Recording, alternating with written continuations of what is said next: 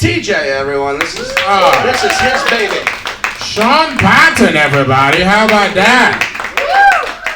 And Maddie, the clitoris. How good is that? You know, I'm very happy with this crowd. Because I knew it was going to be small just because summer is tough and it's early. Comedy doesn't do great in the summer. It's a winter game. You remember like 2 years ago? No one was going out. The guy who just forgot about COVID. Like 2 years ago, no one was even doing shows. That's how bad it was. So just to have 30 people, I'm very happy. Thank you guys for being here. This is nice. Yeah. I think we should become a blood we should be blood siblings. I think we should form a lifelong bond and spend that would actually be a really interesting. Excuse me.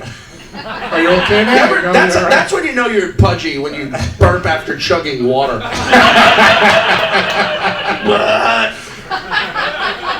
But I've had this idea for a movie for so long. Like, what if right now we're here doing this show and the fucking apocalypse happens, right? Like Russia attacks, but whatever it is, whatever scenario it is, and we survive. The 30 people in here plus 4 staff members and 2 videographers. And then what happens? And exactly, what do we do? We repopulate, yes? Yeah. Is that what you said? Is that what you said? We'll both I think she's ready to fuck somebody here. She's like, can we repopulate? I have my pick of men in the audience whose babies I'd like to carry. She's already looked around like, I got my top 3. And this is number 4. But I always think that would be such it would suck. I don't want that to happen. But it would be a good movie. It would be fun. It'd be a fun movie to watch. Yeah. You know? Yeah. Actually, I have a movie idea. I actually might write this as a movie, so maybe I shouldn't share it with people. I'll tell you later. TJ. Wait, can I tell people this? So TJ wrote a pilot, a script for a TV show, and was it last year when we had a reading? Yeah, last year. Last year we had this reading, and it's character based loosely on TJ and his experience when he first moved here as a Haitian immigrant thing. But there's a fucking sex scene in it that is so sexy. so explicit, and we're all just reading it like, man, I might need to step out, and I might need to go raise some taxes. You know what I'm saying? Sean Patton, everybody, look at that. Yeah, I have a big dick. That's basically what that scene is about. It's a whole pilot. It's just because you secretly want to be a porn star? No. But you felt you had to do it. Would you be a good porn star? No, I wouldn't like the shame of my family and friends saying that. But what if you were making like the kind of bank? Do you ever think like if you were like one of the top? First of all, male porn stars don't make that much money. It's a women's game. Women make, that's where the pay equality favor women. Do they? Yeah? Yeah, they make a lot more money. Guys who do porn, they get like 40 grand a year. They're really in it to fuck. Well, female porn stars make real money, Actually, I've heard that, or I think it was an HBO thing that was, if you want to make money as a male porn star, you go gay. But be straight.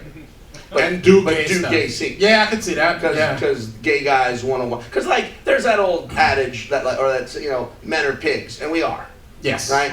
We're fucking disgusting. Yeah. But smarter than you probably think, and delicious. But I think it needs to be more specific. Yeah, like straight men are pigs, gay dudes are boars. You know what I mean? Okay. And that's not an insult. I'm the least homophobic person you'll ever meet. But some of the shit I've had, some of the conversations I've had with gay dudes, it's like, you do what now?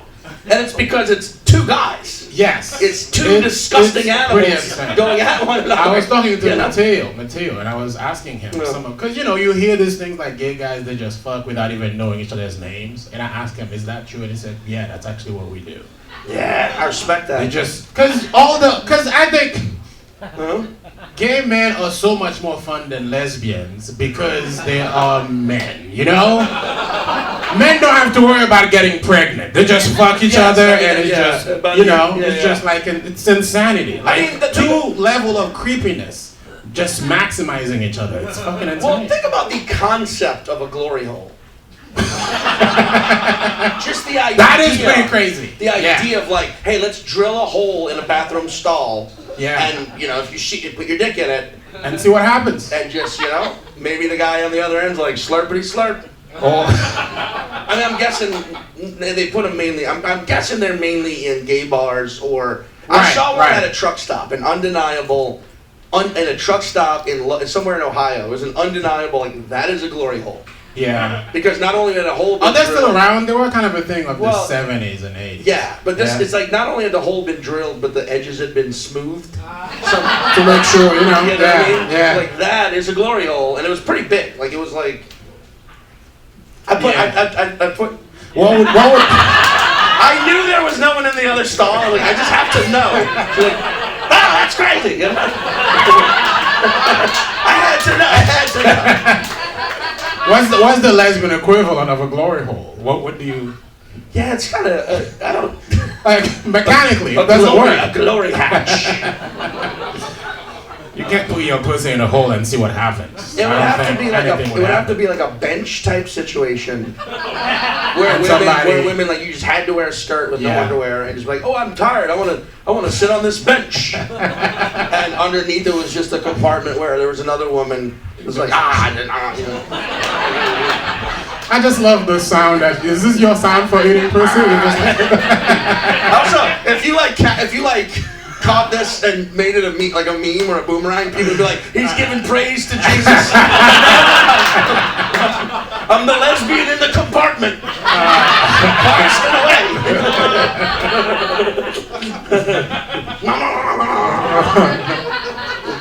First of all, I want to congratulate you for being a man of your word. When I saw you last week and reminded you of the show, and you told me you were going to wear a fun shirt. This is a fun shirt. So you really wore a fun shirt for the show. Tell me what this shirt is about. Don't know if you guys have noticed, but it's alligators. And the buttons are little alligator teeth. Whoa. This is Jazz Fest. Jazz Fest in New Orleans makes shirts like, they make a shirt, a button down. Yeah. Right, like this. No, it's a fun shirt. They make an official shirt for every year. Are these actual teeth? No.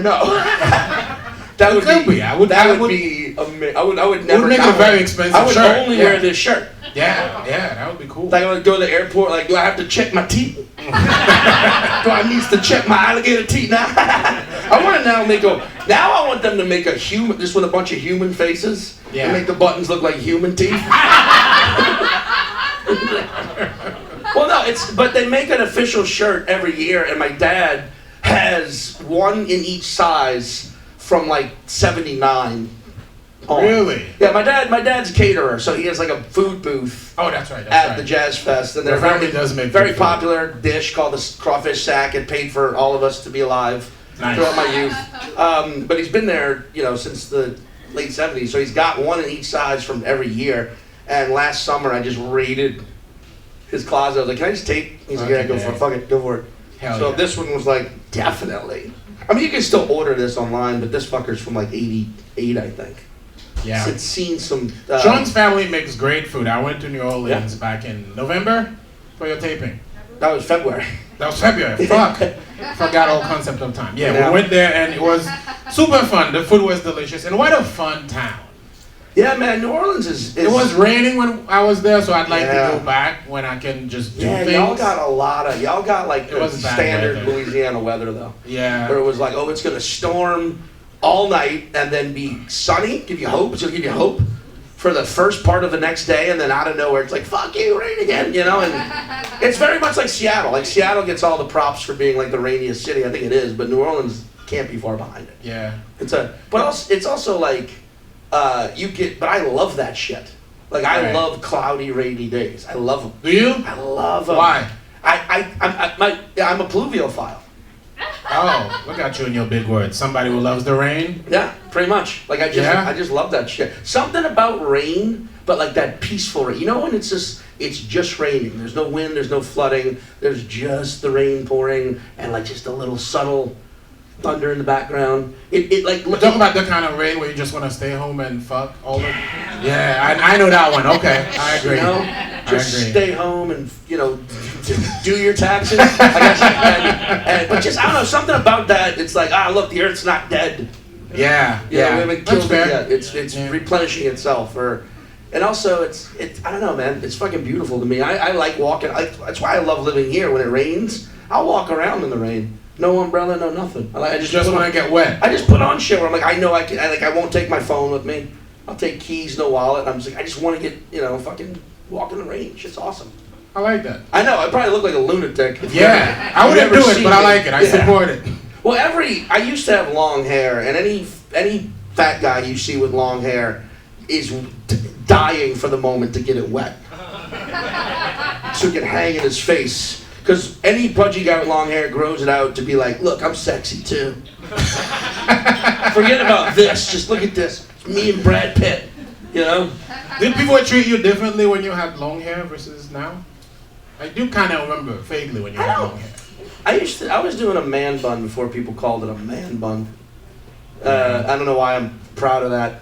I said that in a very listen. Did you get more tail because of your man bun? No, I mean I was never. I don't know. I would love. I wish there were stats I could look at that were like sexual encounters, post man bun. Yeah. I cut it though just because it was a lot. My hair's now. I wish it's thinning now, but my longer hair was a lot. But back then, yeah, I think people especially you'd go if you were on the road and you went to a bar and there was a bunch of fucking bros. Yeah. You could tell they'd you know how it is with men, there's that moment where it's oh, these guys are fucking with me to see if I respond by fucking with them back and we're all cool, or if I react in a way where now we can fight. Yeah. I don't know. Yeah. I know the vibe. Yeah. As a southern, growing up in the South, it was constantly that my whole life. I was shorter, I was always smaller. It looks like I'm wearing eyeliner now, but I have a beard and grays. So imagine, 19-year-old me. I was just pretty. I was just a pretty little boy. And that just meant it was on never end. I felt like I was called pretty and, called fag, called all that shit till I was 28. And then I got ugly. But yeah. Did adulthood make you ugly? What changed? I just made some choices. I started drinking, taking more falls. But I think as a man, gained some weight from you're not, but it makes you I look back and I'm all those guys I'm not gonna lie to you. Sometimes I get hammered and I go on Facebook and I look up people I went to high school with just to see how terrible their lives are. Yeah. And sometimes you just give up and realize hey, I'm the one who needs to let go. You called me a fag in '88, but now you work at Target. Look at you, piece of shit. I was trying to think of a funnier store in Target. No, Target's okay. Target's based in Minneapolis. Kmart? I'm sorry, somebody just said, I work at Target. Don't do that. Target carries Mossimo. It's a good brand. You're right, I agree. Target is much better than Walmart. Well, isn't it funny that here in New York there's a... It's a good laugh, sir. You let that funny. Now, if Maddie's the clitoris, you're the G-spot. Yeah. Oh yeah. We found it. Connection complete. All right, pretty boy Sean. But growing up, that's why growing up, New Orleans is fucking awesome because it's a city. When you're in the city, you're in a city, and it's a very European city where chill is the ultimate goal. Yeah. The whole vibe of that city is just hey, enjoy yourself. Yeah. That's sort of the vibe. But when you get half an hour, let's say 36 minutes outside the city, that's where it starts to get southern again. Yeah. You know what I mean? So I had that redneck? No, it's I wouldn't call Louisiana dudes rednecks. They're just fucking Jimmy Jack, fucking yoink pieces of shit. Because they're not redneck. Hey boy, but Mississippi's right there. You can drive 45 minutes north of. I don't think most people realize that. 45 minutes north of New Orleans is Mississippi. It's right fucking there, waiting for you with a sign. And that's where I think you get to rednecks, or Texas, you get to rednecks. But what you get in Louisiana is more of just almost like a suburban thug that's racist. You know, there's a word you can't. I mean, we've had this conversation. Wigger. Yeah, It's right. a wigger. Right. Yeah. I call them South African Americans. Yeah, they don't use that anymore. But I get that. But you get like to the outskirts. You get to like, Kenner or like even deeper, like Hammond, Louisiana, and you got a bunch of wiggers who are also like, man, fucking, got a giant rebel flag on their truck. Right. But it's a lowrider. Yeah. And they're blaring Tupac but still rebel flag on the tail. Like the iron isn't, it's completely lost on them. So they've, by that ration, they've like appropriated the culture, but also hate it. Yeah. It's real fucking weird. Maybe they hate themselves. But they definitely hate themselves. But those are the guys who are hunting. And I had a lot of cousins like that. I had a lot of fucking dudes I grew up with who were just... So you're saying when I go, just stay in NOLA. Don't go anywhere outside. Go to another city. Go to like Baton Rouge or Lafayette. Those are cool. Yeah, those are... Right. Lafayette. I've been in New York too long. Lafayette. But here... Hold on. What's the difference between those two? Say Lafayette is the way people say it here. Lafayette. That's the French version. But pronounced in Lafayette. Lafayette. They say Lafayette. Just like Houston is Houston, not Houston. Right. And then New York fucking changes everything. Yeah. I wish New York would do that. Just name every street after other places in America and just completely pronounce them different. Like, it's on Pittsburgh Avenue. It's like, you mean Pittsburgh? Yeah, sure, fucking redneck. It's on the corner of Pittsburgh and Alabama. So, Pretty Boy Sean, when did you arrive in the Big Apple? March 5th, 2007. Remember the exact date? Only because written out it's 357. Oh, cool. Okay. Like a bullet. So you got here. And I would imagine, because I got here 2012. Well, I was in Long Island, I was in New York, but I moved to New York officially to do this 2012. You said, wow, that's so interesting. You said Long Island the way Long Islanders, because they put a G in there. Long Island. Yeah. How do you say it? That's how I say it now, but when movie it's like Long Island. Oh, but they're like Long Island. Like there's an extra G and it connects. That's also kind of a shitty part of New York, but that's for a conversation for another day. Locust Points, rich people. So my first year was very hard. So I would imagine it was even harder back in 2007. What was your first year in New York City? I don't have a college degree. I have no real skill set. I was a service industry kid. I grew up in the service industry family, but then worked in the service industry. I moved here. The first 5 months of life here were true borderline torture because I got a job. The first job I got, I was working at a coffee shop on Wall Street, which is the only part of that fucking sentence my mom ever heard. Was, I got a job on Wall Street. But she would act like, but you're working on Wall Street. I'm like, at a coffee shop.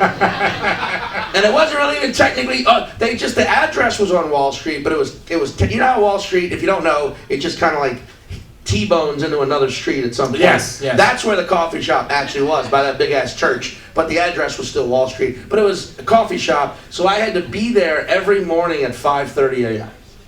Right? And I would get off at like 2:30. But it meant that I had to wake up or be out of my apartment in deep Bushwick at the time at like, I had to get up at like 4:30 every day. Yeah. And so I'd be out every night doing open mics, which sometimes you'd be out well after midnight, waiting to go on. Some of these mics you'd have to pay to do, which, by the way, if you're ever watching this and you're a fucking guy or girl or person, I don't like men or they, them. I just if you run a fucking open mic and you charge people to do it, fuck you, because you know what they do with this money is they pocket it. And rationalize like, but I provide a service. Fuck you, you don't provide a service. You're taking money from kids who are trying to chase a dream. Fuck off. Anyway, but I don't even know if people do open mics anymore. It seems like you can just become famous online and headline clubs. Yeah, I used to have a budget. Sometimes I'd spend $20 on open mics in a day. Like David is back there. Me and David, we started together. So we just do open mics. Yeah. Like I do 4 p.m., 6, 8, 10. So that's like... I was similar. Yeah. But sometimes I was getting home, and back then the L was not what it is now. The L was not mega reliable. And also, is it mega reliable now? I feel like the L is still kind of. I think if you made a list of the top 5 most functional subway lines, the L is in the top 5. Really? Yeah. Q, that's my line, but that's my favorite line. That Q's never let me down. if you want to get into this conversation. People from India who don't know the subway line that well, maybe, or other friends. But yes, take the L. It's a good line. But back then, it would sometimes shut down at Lorimer after midnight. Right. So I would and you have to take the shuttle. Shuttle or walk a lot. So I would oftentimes get to that Lorimer stop and then walk to where I lived off the Caleb stop. So that was a 40-minute walk. Yeah, that's my least so I favorite was thing. getting home sometimes at 2 a.m. and then having to get up at 4:30 to get to take the J to get to Wall Street on time. So I was in this constant state of sleep deprivation for 5 months. Which makes you kind of an asshole because you're thinking about... Bro. Like, I'm glad I had a job because at least there was coffee to drink. Like, if I was like a pillow salesman, fucking terrible. Pillow salesman. Or I would have been the best pillow salesman ever because I've been out cold on the pillows. Like, that must be a great pillow. I'll take 3. But, oh, God, it was fucking brutal, dude. And I moved here, and then like a few months later, like Mark Norman and Zach Sims, Neil Stastny, a bunch of New York comics, they all came up a few months later. From NOLA. And I was like the recon, the U.S. Marine Corps of New Orleans comedians, first responders. But by the time they got up here and saw me, they were like, fuck, dude, am I going to be like you in a few months? Because I was just disheveled, fucking angry, pissed off. I remember I broke out real bad. Yeah. And I was in my late 20s, so I was just like covered in zits at 27, just angry. Yeah. How often were you crying in New York? Daily. I was a lot of it I was making myself, because I was like, I feel better after I do this. So I'd find little moments to just let it out. Sometimes it would only be a few seconds. Sometimes it would be like, I'm going to run the water because I'm going to be in here for half an hour, a bathroom. But I think that actually helped. I think so, like too. pushing it out, just being like, this is fucking bullshit. You fucking wuss, get over it, And then, wow. But you survived, and you're here, and that's what it's about. Yeah, and then I became a dog walker. That was your second job in New York? Yeah, and then on November 5th, 2008. November 5th, 2008. Who remembers what happened the day before on November 4th, 2008? Obama got elected, and I got a job the next day in college. So wait, that November 5th was your first job day? Yeah. So that was the day if you were here in New York, you remember, it was beautiful outside. It was clear skies, probably a crisp 65 degrees, and I was walking a Greyhound, old-ass Greyhound, probably 16 years old, and we walked past this Maltese. This woman's walking her Maltese puppy. She's kind of on her phone, and the dog I'm walking kills it.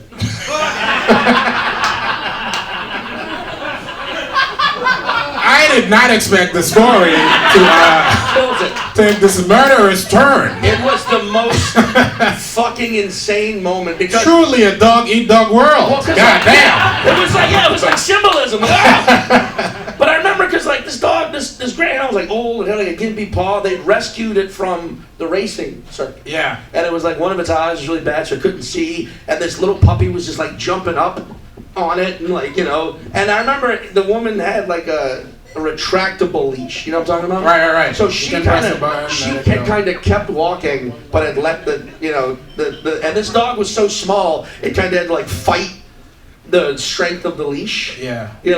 Which is not strong at all. But and then it got in, the Greyhound just looked at it, was like, what? And just took it, and it was just like in a matter of seconds, like blood's flying, like what the fuck?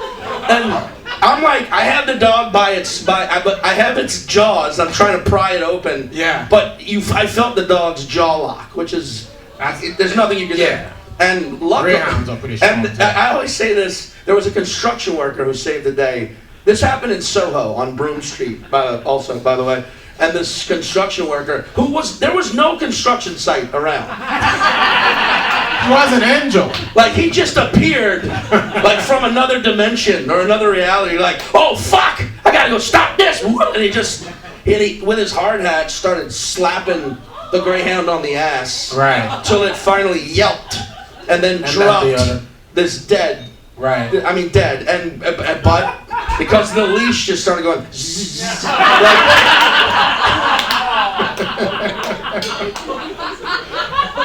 That poor, I mean, I feel so bad for that woman who owned that dog. I feel so bad. Okay, now you she was cool about it. Like, she clearly understood it wasn't my fault. Yeah. But it was like, but you're being real nice, lady. You should hit me. You can hit me. And then she called the cops, and the cops showed up, and I was like, yeah, that makes sense. But they were like, the dog didn't, didn't bite the person? All right, good luck. Wait 1 minute. I called the dog police for that one. That's not our department. Wait, what, we look like the dog police? And well, if there wasn't such thing as a dog police, it would look like this. But holy shit. Yeah, I felt bad for her. I hope she is just surrounded by puppies every day for the rest of her life, because that was fucking brutal. You could tell it was like she probably just moved here and that was like her first friend. I felt fucking awful, man. And I had her roommate come up to me at a show once and be like, that was my... Because I've told you told the story on stage? On stage a couple times. I had her roommate once be like, that was my old roommate. I was like, is she okay? She's fine, but yeah, that was a rough week. So what happens to you at the dog walking company? I got fired. Yeah. Yeah. I would assume. Well, here's the... So, I worked for this company that was a very, like, she fucking high-end... Like, now, there's dog walkers all over New York. If you've never seen... You've seen dog walkers. It's those poor bastards who have, like, 9 dogs carabinered to them. Which I don't... That's gotta suck if those dogs ever get in a fight.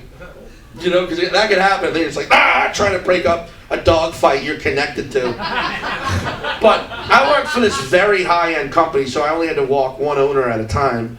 And one of the things this company did was we stayed over at the dog owner's house, which is what was happening this time. You'd stay over while they were out of town to, like, be there constantly with their animal. I'd go off and walk other dogs, of course, but so I was staying at this couple. It was this Turkish couple. They were very fucking sweet dudes.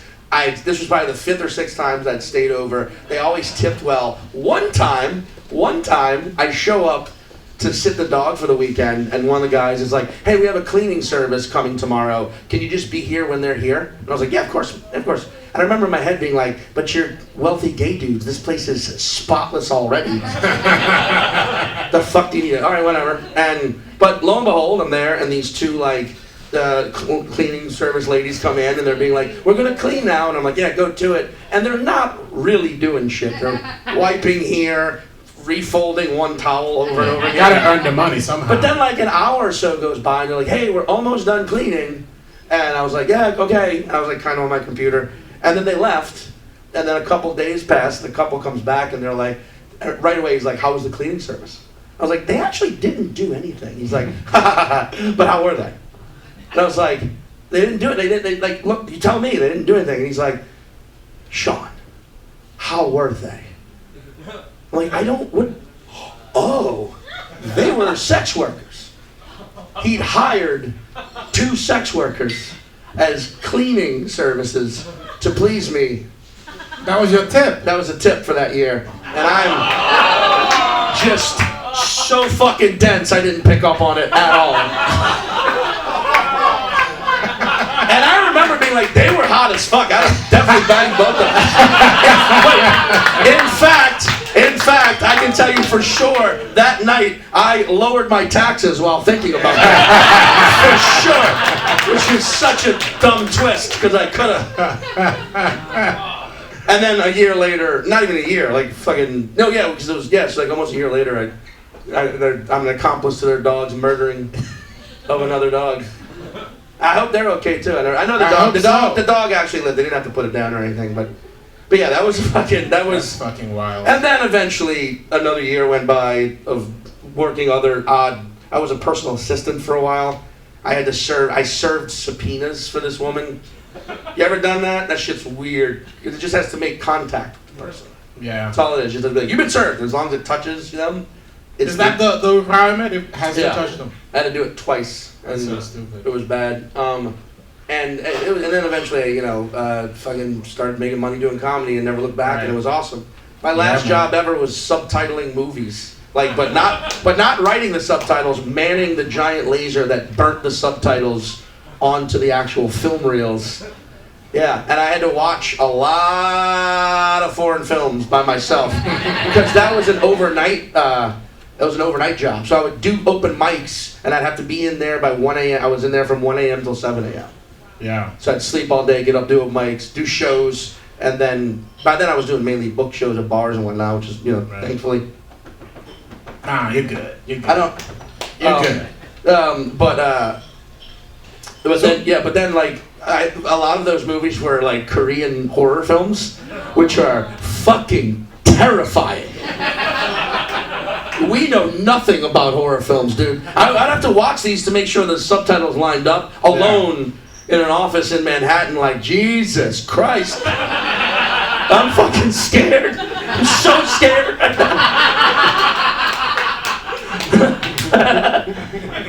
And then started making money doing comedy. So you remember the year that you graduated officially from, comedian with a day job to fully paid full-time comedian? Do I remember the year? Yeah. Yes. What year? 2011. Okay. Yeah. So it took you 4 years. That's pretty good, I would say. But I've been doing stand-up at that point by like almost 10 years. Okay, because you started I did it like 5. Gotcha. I did it almost 4.5 years in New Orleans, then 1 year in LA, then like 4 years here. So almost 10 years, yeah. Or maybe just over 10 years. But yeah, it took a while. I mean, some people figure that shit out way faster. Yeah, it's not there's no script, there's no structure to it. It just happens differently for different people. Yeah. Yeah, that's cool. But now here we are. Yeah. We're at the Comedy Cellar again. Doing a conversation. Talking about dogs murdering dogs. That was wild. Usually when TJ or I are in this room specifically, we're at the bar, it's 4:30 a.m., and we're discussing to have another White Claw or another actual drink. You're the White Claw guy. I'm always tequila soda. That's what I do. And it shows. I love the bit you were doing about homeless versus houseless, because it's one of the it's a symptom of society right now, where we focus on fixing language around problems instead of trying to fix problems, because we feel better if we fix the language. It's like I guess I understand the reasoning a little bit, but here's the thing: I don't these days I don't align politically with anyone. I just can't. Morally I'm liberal. I can say that, but like I can't. The left is, in my opinion, destructive and in many ways as bad as the right in a lot of ways. Yes, I agree. And I kind of blame the left for where we are more than the right, because there is zero leadership on that side. Yes, the right doesn't have the kind of power that the left has. The left has all but there's no fucking leadership. There's no one stepping up. There's no one doing anything. The Democrats are fucking cowards, and I hate them. I vote Democrat every time because I do align, like I said, morally. But it's almost like you're trapped. You're trapped in a two-party system. And I hate it. You can't really vote for anyone else. But what I admire and I wish the left had a little bit more of was the fucking camaraderie the right has. Yeah. They stick together. Like they deal with their shit internally. They don't do it fucking. Like and also, I don't know if this is scientifically true. It's anecdotes from me, but generally, right now, at least in the past 5 years, conservative people have more fun at comedy shows than leftists. Probably.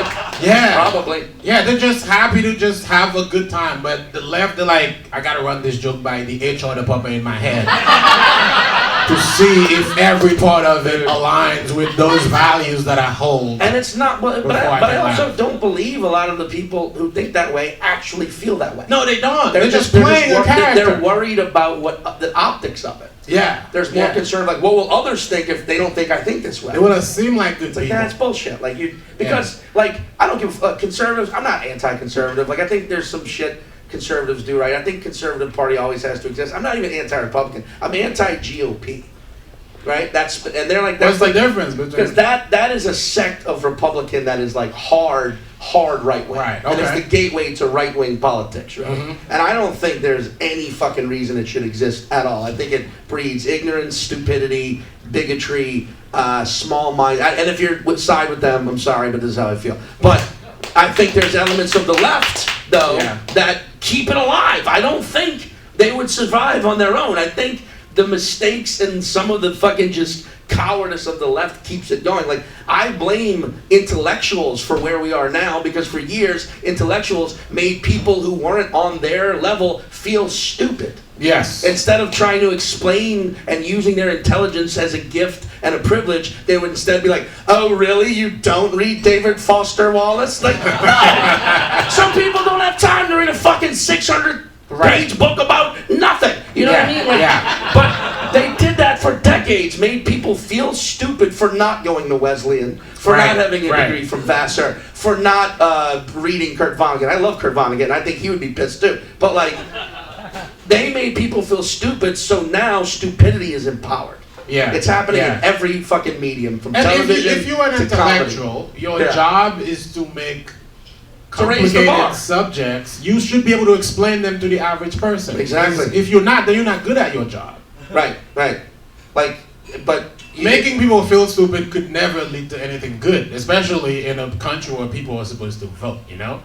I think that's what Trump made them feel dumb. Yeah. And they were like, well, this is my guy. He's dumb just like me. Trump made them feel powerful. Powerful, but it's like he's dumb like me. But as opposed to, oh, I don't know what words this guy's using, but this guy only says tremendous, so I think I'm gonna fuck with him. Yeah. It's just easy.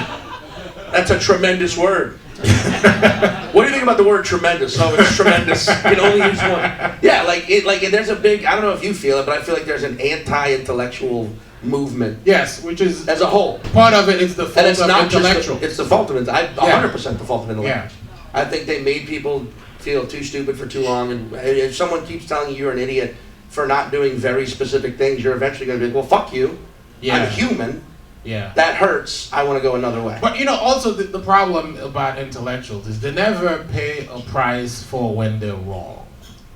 I mean, like if you have some idea about society, because that's their job is ideas. They don't do real things. Like if an engineer build a bridge and people keep falling, you get fired. They get somebody better to build a better bridge. If you're an intellectual, you just spread some idea and everybody thinks it's cool. Right. But it doesn't produce the results. Nothing happens because there's no way to prove it. Yeah. Does that make sense? It does.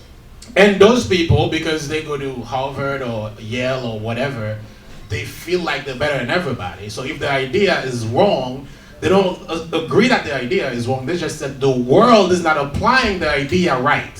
Yeah. But people live in the world.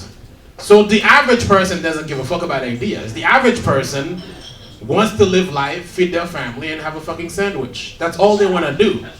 And not be made to feel stupid because they don't know there's 72 genders. You know what I mean? That kind of stuff doesn't go well with regular people. But also feel okay to discover what the 72 genders are. Right. It should happen both ways. And be allowed to make mistakes if you don't know that there was a Z as a fourth gender. Nobody knows. Yeah, if you're truly intelligent, you should be able to be like, oh, you don't know these things? Fuck yeah, got me a project. Yeah. You know? I'm going to work hard to explain it to you. Yeah. So that's what I'm saying when, we got a real political thing. I don't think that's what we meant to do. Down a whole... Let's go back to dicks and dead dogs, you know? I think that's a lot of fun.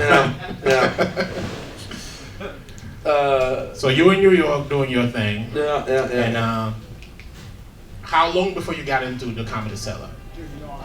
2015. I originally got passed here in 2008, but I wasn't ready to be here. I was a young, dumb shit, loudmouth, cursed a lot. That's a very mature thing to admit. Yeah, I just wasn't ready. And then she stopped using me, the booker, Esty. And then in 2015, I re-auditioned, and she's like, all right, it was okay. That's what she said. It was okay. I'll give you some dates. And now here we are. So, I think it's good to know that. So, acceptance. Yeah. I mean, this is a lifelong decision. Yeah. I'm having an aneurysm. Take your time. You want some water? I realized that a long time ago. Like, this is you choose. I think that's any art form, and also comedy is an art form. I don't like that discussion. It's not art. Yeah, it fucking is. It is an art form, but it feels kind of dickish to call yourself an artist. I see. That's the thing. That is the whole why. I mean, I know there are pretentious artists out there, but we're not pretentious. It's inherently pretentious, a little bit. Calling yourself an artist. There's something about it. I guess, but I think it's I'm above the everyman. If you do that, if you're like, I'm an artist, not just a human. But if you do that, yes, but I prefer to be like, nah, I'm an artist. I'm like grittier. I'm grittier and dirtier than most human. Like, I'm more human than human because I choose to rip my innards out and display them metaphorically for the people. Not literally. Also, if you next time you go to say literally, just say figuratively instead. It's probably what you mean. And you can never be wrong. See, right there, I'm making people feel stupid. I'm doing it myself, and I'm not that smart. I have a GED. See, that's the thing. It's okay for people to feel ignorant, but not stupid. Because if you're ignorant, you don't know. But if you're stupid, people make you feel like you don't know and it's your fault. You're allowed to not know, and then somebody who knows can tell you something you didn't know. Yeah. And I think that's fine. That's tremendous. Tremendous, buddy. You know, we're all born ignorant, but we're not born stupid. To be stupid, you have to go to college. That's where you learn to become stupid, you know? I want, what if you just, let's start a business just selling degrees? I mean, isn't that what DeVry and Phoenix do? They sell degrees to people. Yeah, pretty much, I guess. You pretend, you know. Yeah. Didn't Trump have a school? He has a school. Yeah, the university. Yeah. I want to do that on the streets, just be like, I'm the degree man. Just walk up to people, be like, here's your degree. And some people, it's like quantum physics. But then some people, it's like sucking dick. Like, here's your degree. You're a blowjob specialist. And then, you know, wear like the cap and the gowns, be like, I'm the degree man. Oh, I'm doing this. Let's get a camera. I'm going to be the degree man. Oh, that's something I wanted to talk to you about before I forget. What? You were one of the few comedians that got to work with Will Smith on a comedy project before he became the most hated person in comedy. Yeah. What was that like?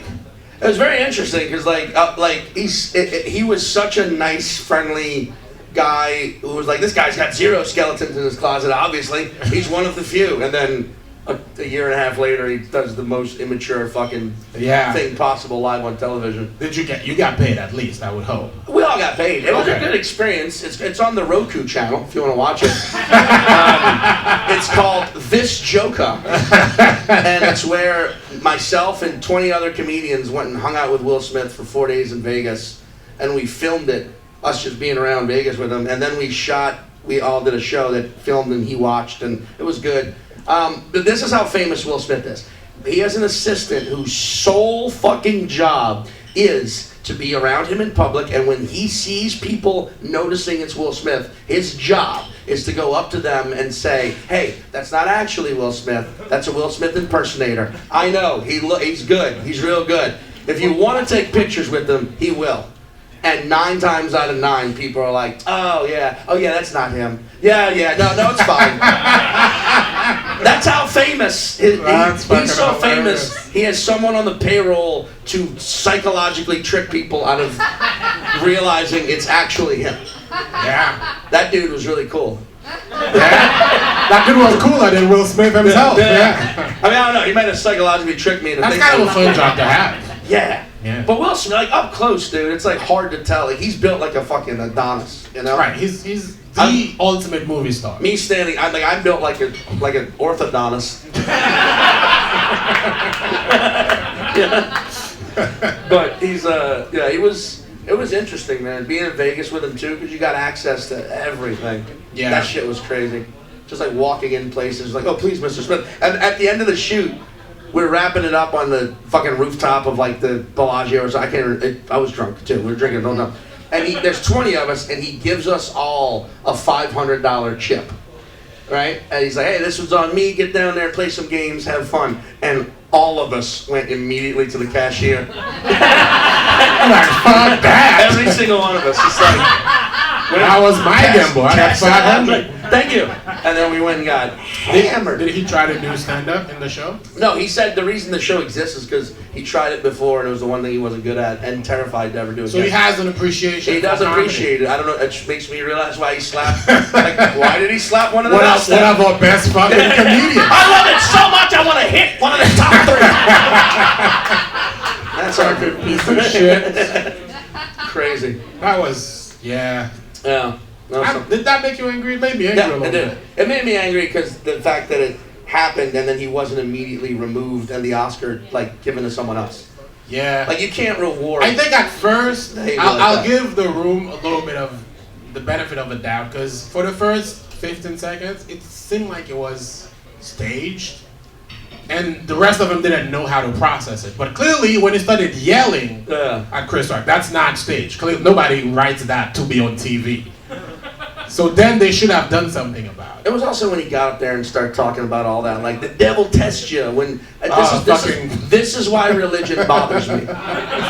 Because when you're at your highest, that's when the devil tests you. Like fuck out of here. No. Like I hate it because then you can use any human flaw and categorize it as like that's the Lord testing me. Yeah. That's the devil coming for me, and people are like, oh, that's okay then. Yeah. You got through it. Oh, instead of being like, no, Will, you were a fucking child. Yeah. You just became a 12-year-old live on television. When you laughed, that was the worst part. Yes. Was that he originally was like, this is funny, and then looked and was like, oh, it's not. Well, I'm a man. Right. I'm not gonna let her blow another dude over something. Exactly. Yeah. You know. And I was mad also because we've seen Chris Rock here. He's a small guy. He is Chris Rock is, yes. He's a tiny man. So to have this bigger guy just slap the shit out of this tiny man. He's like the Honda Civic version of what you know what I'm saying? Like you're expecting, because you see him only on TV and you're like, oh, I bet and he's probably like 5'10", and you're like, oh, he's more compact. Yeah. Chris Rock. But still, talent-wise, you know, a fucking 747. It's a giant. Huge. But yeah. The fact that Chris Rock still did the job will make me respect What a legend. That he took the slap, just like, Will Smith just slapped the shit out of me. What the fuck? That was great TV. Documentaries. They make us realize. It's like, he still did it. I'm like, dude, respect. He's a professional. 100%. Yeah. Since we're on the topic of celebrities, this is a fun exercise. If you could be a celebrity for a week, just be in their bodies and their minds and have their life for a week, who would you pick? Leonardo DiCaprio. Oh. You've thought about this before, huh? I've thought about being inside of Leo for a while. I hope that clip doesn't get out there. Oh, it will. I just get a letter from some lawyers like, wait, Leonardo DiCaprio's got a 3,000-foot restraining order against me. What's so attractive about Leo? What's so attractive about him? I respect his path as an actor more than most. Because he was a child actor. Most of those don't survive. He had every opportunity to become some hard rock, like just to take the bullshit path. And he consistently was like, no, what's more interesting? What's more challenging? What's a better script? I'll take time. There's not one around, I'll wait 2 years to do my next one. Yeah, child actors, they usually go, because it's a very hard thing to take an 8 or 9-year-old and put them in a room and tell them you're the most important person in the room. Everybody is here to serve you. That's why they all, by the time they turn 15, they lose their shit and they need therapy. And then he did, at the time, the biggest movie of all time, and still kept taking chances. Right. So I like the idea that he's like, I'm never trying to cash out, I'm just going to keep earning. Right. Which I think is like a mentality I appreciate if you're in a creative world at all, instead of stop looking for the peak, just keep climbing. And one of the things I respect about him the most is he's never done a fucking superhero movie. He's like, I don't need this shit, I'm just gonna keep doing real ass movies. He has not been in the Marvel world. Yeah. And I also would love to just know what it's like to walk around for a day and be like, I could probably at any moment have sex. Yeah. Like most of us will never know what that's like. But like him, he could like at any moment just be like I think Leonardo DiCaprio could like be like, excuse me, just in a room, be like, hi. Would anyone like to have sex with me? Right. And at least 4 people would be like, and not 4 women, 4 people. Could be anybody. Like I would just love to. I would do that for the entire day. Did you see that little video? There's a video where there was a movie premiere, and Leo's there, and Jeff Bezos and his girlfriend are talking to Leo. And Jeff Bezos' girlfriend is swooning so hard over Leo, which must have hurt so bad to be like, I got $200 billion, but he still wants to fuck Leo over me.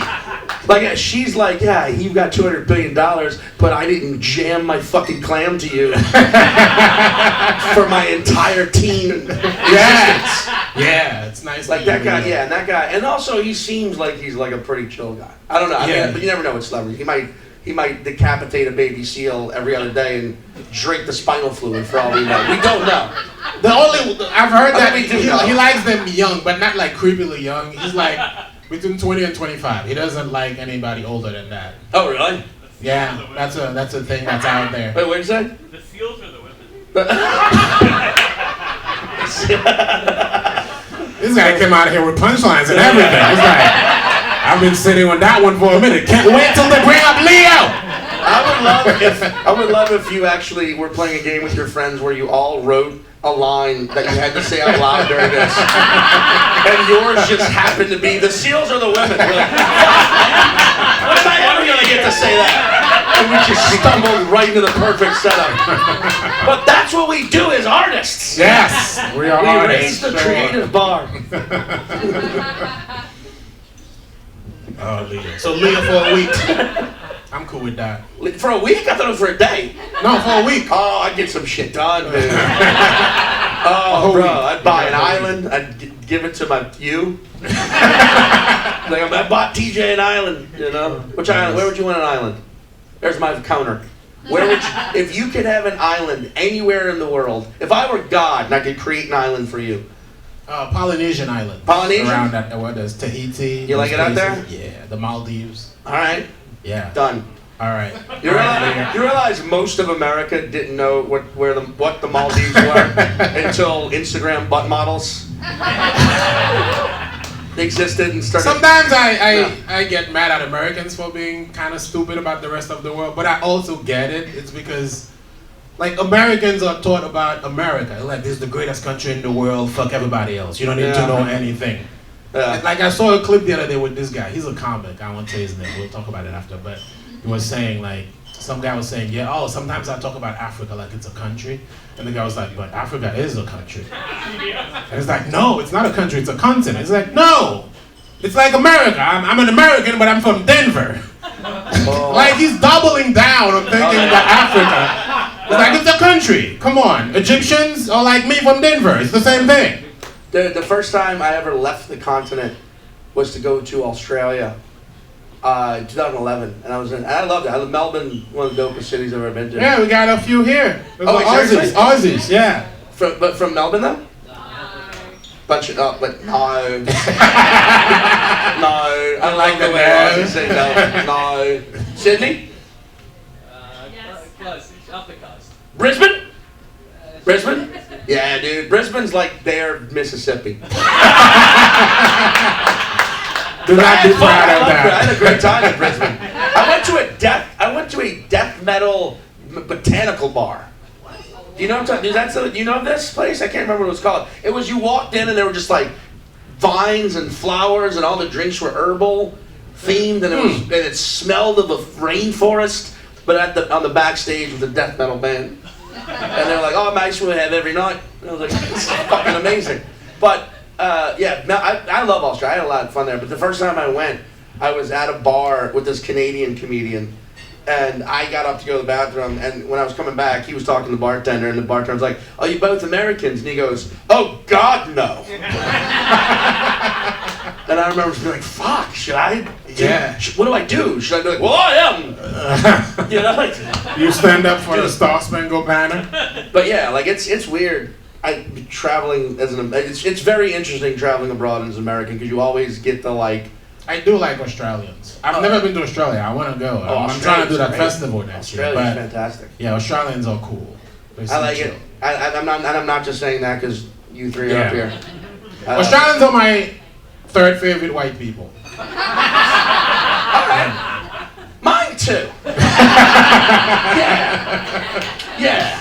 I'm gonna say that. Third best white people. But I don't think American. I think it's probably Australians, Norwegians, and Luxembourgese. Luxembourgese. Okay. I think they just keep to themselves. They got a lot of money. They speak 5 different languages. Oh no, Dutch. I'm putting Dutch. For me, it's Irish, Dutch, and Australian. Oh, Irish too. I love the Irish. Actually, I'm gonna go Irish, Scottish, Dutch, Aussies. I'm gonna say Oceania. So Aussies and New Zealanders, and also the Maori people, but they're not white. Ooh, fuck, that's on camera. I'm gonna put USA like 7th best white people. I do like Irish. Let me get you in trouble now. Who are your favorite black people? Go. Haitians NBA players. Rappers. Oh, look, they're leaving now. Like, I can't, no more of this. We're kidding. Bye. Anyway. We're always kidding. That's the Bible. Yeah. All right. Yeah. Another question. Another rapid fire one. Okay, go. You die. You find out there's a God. Yes. And you get one question. What do you ask? Why did you never say, hey, I am here? I think that's a good one. And yes. a lot of you are wrong. Like, Right? Why did you never step in? Yeah. Curious, not mad, because I get it. I think the answer would probably be like, it was a fucking experiment, bro. You're in heaven now. You did. You got through. But yeah, I would love to know like why. That is a curious. Like, why does God never? Why say never? right? Why never give a sign? Because sometimes people are like, well, God sent me a sign, but is it a sign really, or you just delusional? Is it a sign? Yeah, I wish if Superman were real, instead of coming out and being like, I am Superman, I'm from Krypton. What Superman should do is grow a beard. And like, you know, get blackface on and just dress like Jesus and like land and be like, I am the Son of God and I have come back. And listen, you all fucked it up real bad. Mm-hmm. Stop it. Stop this shit. Like, be nice to one another. Chill the fuck out. I'm the Son of God. Oh, I'm not? Shoot me. Oh, I'm still alive. Walk on water? I can do that. Look what else I can do. Laser beam eyes. Yeah. Nice. You know, but then, you know, just as luck would have it, that's the day where a Christian lead salesman shows up. Christian lead Because Superman can't see through lead. Anyway, so I don't know how this helps, but you know, that's yeah. Yeah, I think that's pretty good because it seems like it would be reasonable if you really want people to believe in this thing. Yeah. Maybe one day, just write in the clouds, I am the Lord. It'd be like, all right, we get it. Yeah. Because a plane did not write this. You wrote it, clearly. Yeah. Like, but don't write it in clouds. Write it in, like planets. Yeah, you know? Like, make a bunch of asteroids out of nowhere. Be like, oh my God, you're about to impact Earth. We're all about to fucking die. And then they just stop in the sky and spell out, I'm real. Yeah. And then just go back the other way. We're like, whoa. But then you'd have to say, well, who's right? It should be like, I'm real. Buddhists. And then just say you're real and which religions figured it out. Taoism, you know? Yeah. That's the worst part about religion, I think. Just the people thinking they're right and everybody else is like, fuck all these other people. I used to know this guy from Mississippi. He was a very reasonable guy in most parts of life. But then when it came to religion, in his head, Christians are the only ones with the truth. And everybody else is wrong. Yeah, that's... But it didn't make sense because he was very smart. He was good about everything else except for that one part of his life where he couldn't allow other people to have like a glimpse of the truth. His truth was the only truth. And that was so weird to me. Well, I think that's the misinterpretation of religion. I think you take from it and apply it as metaphorically. Or it's like you apply it to you as a person, like believe in this way, but like to assume that it's undeniably the right way and the only way. That's the arrogance that I don't. Because everybody's got different versions of the truth. Because there's a truth out there we're all trying to find. Even though then again that you and I are somewhere later being like that's not comedy. This is the only comedy. A little bit. So, actually, I don't know if I do that. You don't do that. We don't. I don't think we don't do that. But we're not those guys. There's things you can respect more than others. You know, like Hannah Gatsby. That's not comedy. You know what I mean? I'm just kidding. We'll delete that part. What, are you guys big fans of Hannah Gatsby? They all just stood up like, you're fucking going down, man. my Australian's terrible. Is she like a national hero?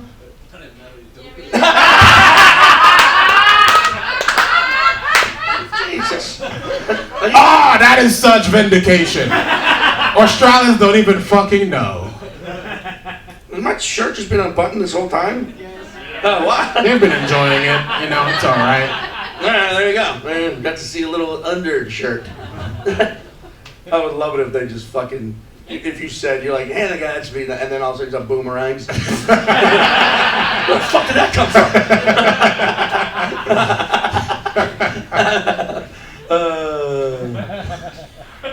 okay, the opposite happens.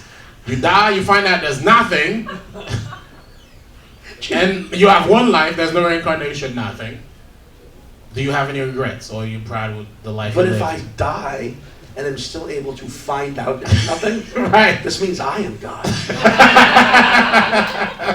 And I That is true. And I start anew. That is absolutely true. Yeah.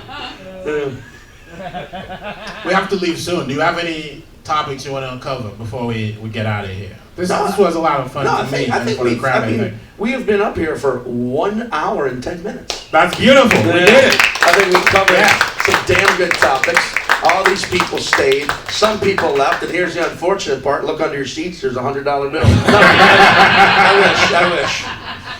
But I appreciate you all coming and staying, and this is fun as hell. I'm glad you brought me up here to do it. No, I'm glad you were one of the people that recommended me to work here. You know that, right? I do. Okay. But that's still, you got in here.